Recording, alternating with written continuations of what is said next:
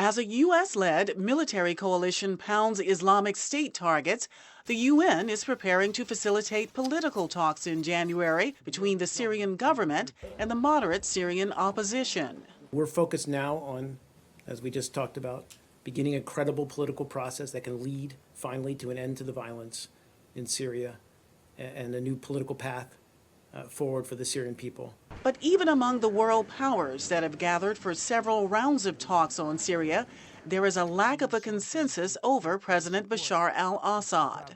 President Assad, in our judgment, and not everybody shares this, but the majority of the people in the ISSG believe that President Assad has lost the ability, the credibility, to be able to unite the country. World powers hope the UN-facilitated talks will lead to the establishment of a transitional government in Syria in 6 months and elections within 18 months. But President Assad's role during this process remains unclear. Well, that really is the key question in the entire thing. I see no indication that he has any interest in stepping down.